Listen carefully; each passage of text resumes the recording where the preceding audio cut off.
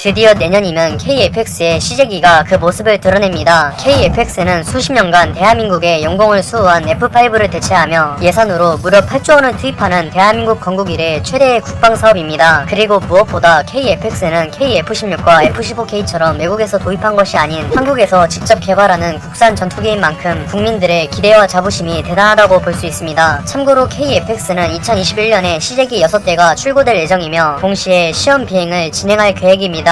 그런데 이렇게 순조롭게 개발되고 있는 KF-X를 두고 중국은 영 탐탁치 않게 생각합니다. 아예 자국의 관영 언론인 황구시보를 통해 중국은 이미 스텔스기인 J-20을 보유하고 있어 한국이 개발하고 있는 KF-X는 무의미한 도전이라며 신경질적으로 반응하고 있는데요. 그러나 이는 역설적으로 중국이 KF-X를 직접 언급할 정도로 경계한다는 것을 반증합니다. 그런데 세계 3위의 공군을 보유하고 있는 중국 공군이 어째서 KF-X를 경계하는 걸까요? 그래서 오늘은 양산이 임박한 KF-X를 중국이 경계하는 이유에 대해 알아보겠습니다.